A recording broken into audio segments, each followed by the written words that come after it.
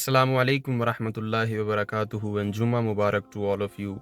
My dear respected brothers and sisters, no matter how much popular and famous you are in society, no matter how much people love and like you, there are always, some people who dislike and hate you for no reason. Let me give you an example. In the era of Rasulullah sallallahu ta'ala alayhi wa alihi wasallam, Abu Lahab and Abu Jahl, both of them were biggest enemies of our Prophet Muhammad, peace be upon him. And both of them were also from the family of Rasulullah sallallahu ta'ala alayhi wa alihi wasallam. So what do you think, my dear respected brothers and sisters? If people could hate Rasulullah sallallahu ta'ala alayhi wasallam, then who we are, right?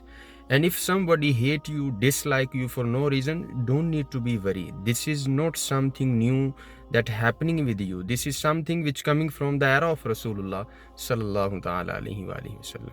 So don't need to be worried. Just continue your good work. May Allah bless you. May Allah protect you. And thanks for watching this video. Assalamu alaikum wa rahmatullahi wa barakatuh.